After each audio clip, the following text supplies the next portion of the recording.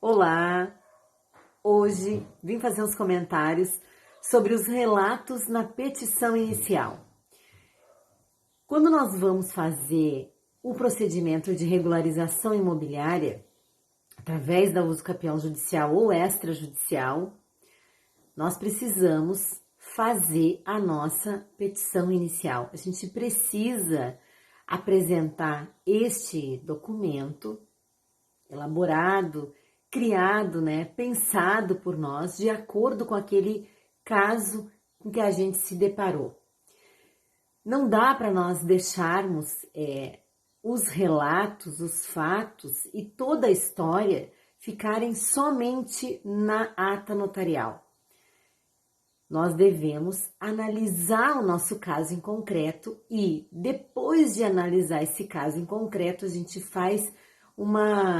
cria uma história dentro desse caso, organiza esses fatos que aconteceram dentro de uma ordem, prepara as provas que nós temos de acordo com aqueles fatos que a gente encontrou dentro de uma ordem cronológica. O que eu tô querendo dizer para você é que a gente precisa orquestrar os elementos da nossa petição inicial.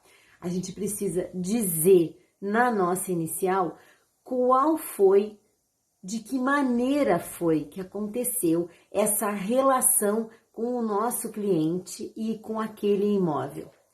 Tão importante do que dizer como aconteceu essa relação é esclarecer, é trazer à luz para aqueles fatos de forma ordenada, de acordo com os acontecimentos. Você vai trazer as provas que você tem dentro daqueles fatos que você narrou.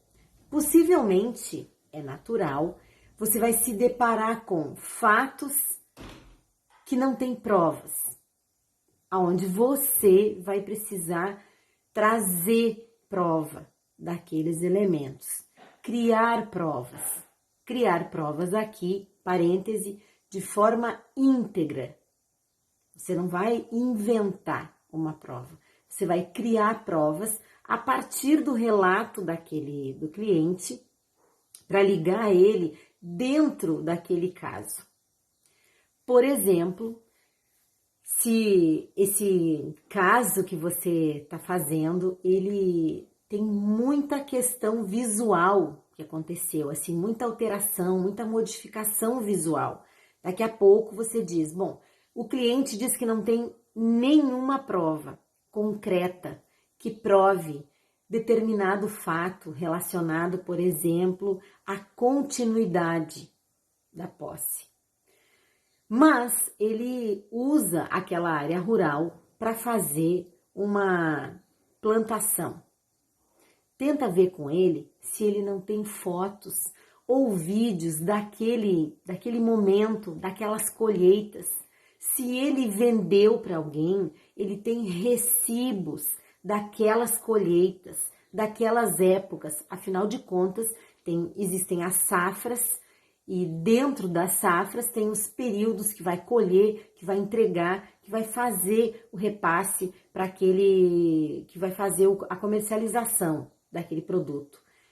Essa é uma das formas que você pode utilizar para a prova. Mas o que eu queria comentar, que é muito interessante, eu tive um caso aonde a gente precisou, era muito difícil também de fazer as provas em relação à questão do tempo e de um período, que naquele período, assim, se montou o caso, nós organizamos todos os fatos naquela ordem cronológica que a gente tinha, trouxemos as provas dentro daquela ordem cronológica, mas faltava um período para se comprovar, um período importante para comprovar a posse para ele. Só que naquele período, exatamente onde ele não tinha comprovação nenhuma, aconteceu um sinistro naquela propriedade. Houve um sinistro. Ele tinha uma propriedade onde ele fazia a plantação de determinado tipo de colheita.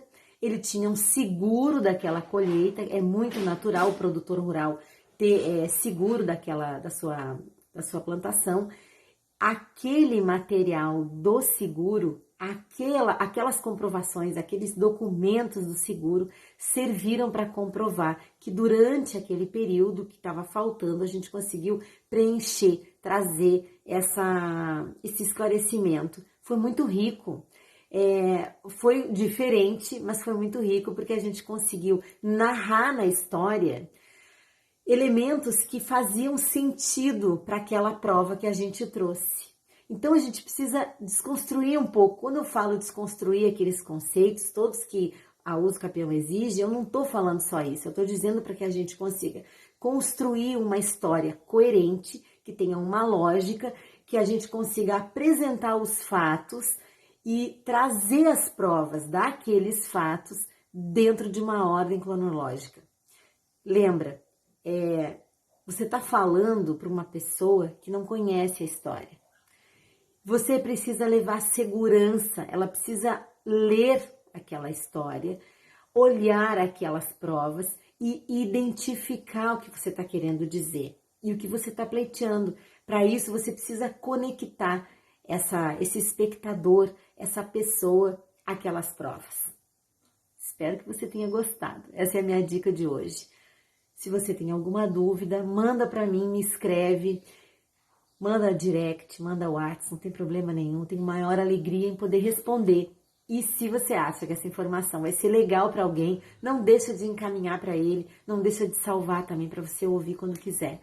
Por enquanto é isso, meu beijo grande, um abraço, semana linda, cheia de realização que a gente merece. Um beijo e até mais.